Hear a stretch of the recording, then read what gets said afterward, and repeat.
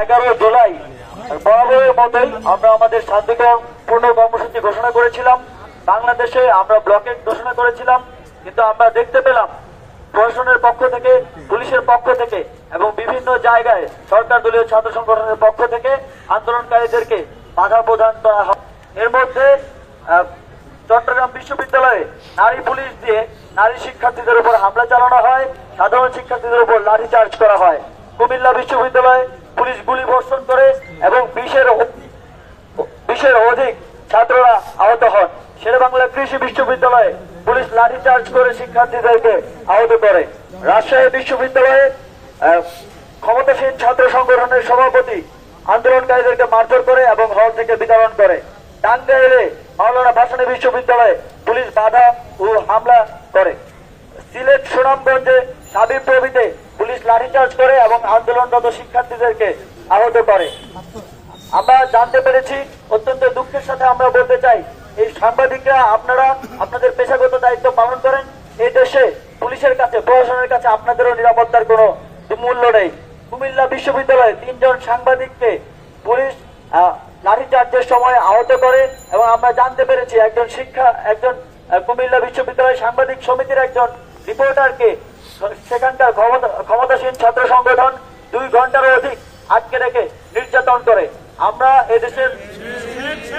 এদেশের freedom of speech, সাংবাদিকদের যে সংবাদ প্রকাশের স্বাধীনতা, সেই স্বাধীনতা পূর্ণ হতে দেখছি এবং ছাত্র সমাজ গভীর উদ্বেগ প্রকাশ করছে।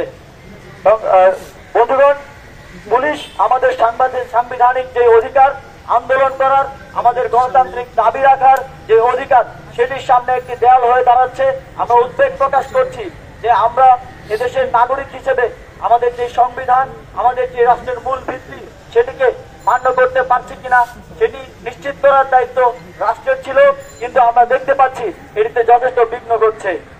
বন্ধুগণ, আমরা কিন্তু গত 1 জুলাই থেকে দীর্ঘদিন খুবই সৌহার্দ্যপূর্ণ ভাবে পুলিশের সাথে সম্পর্ক রেখেছি এবং তাদের সাথে আমাদের আন্দোলনরত শিক্ষার্থীদের কোনো প্রকার ফেস টু ফেস হামলা কিংবা সংঘাতের ঘটনা ঘটেনি। আপনারা সাংবাদিক বন্ধুরাও সেটি দেখেছেন।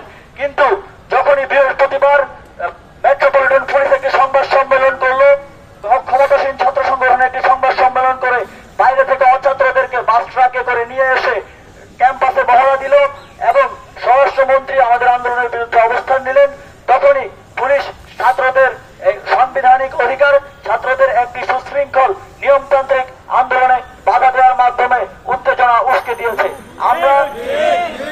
আমরা এই ঘটনার তীব্র নিন্দা ও প্রতিবাদ জানাই এবং জানিয়ে দিতে চাই, শিক্ষার্থীরা ভবিষ্যতেও সুশৃঙ্খল ভাবে, নিয়মতান্ত্রিক ভাবে তাদের সাংবিধানিক অধিকারের প্রয়োগ করবে এবং প্রশাসনের পক্ষ থেকে আমরা সর্বোচ্চ সহযোগিতা আশা করছি। আপনারা শুনতে পেয়েছেন, তিনি বলছেন বিশ্ববিদ্যালয়ের ছাত্ররা সেখানে দাঁড়িয়ে ছবি তুলেছে, কোন প্রকার ক্ষয়ক্ষতি কিংবা হামলার ঘটনা ঘটেনি। কিন্তু তারা আজকে ষড়যন্ত্র করে শিক্ষার্থীদের এই ঘটনাটিকে কেন্দ্র করে আমাদের বিরুদ্ধে মামলা করলো এবং অজ্ঞাতনামা বলে সেখানে শিক্ষার্থী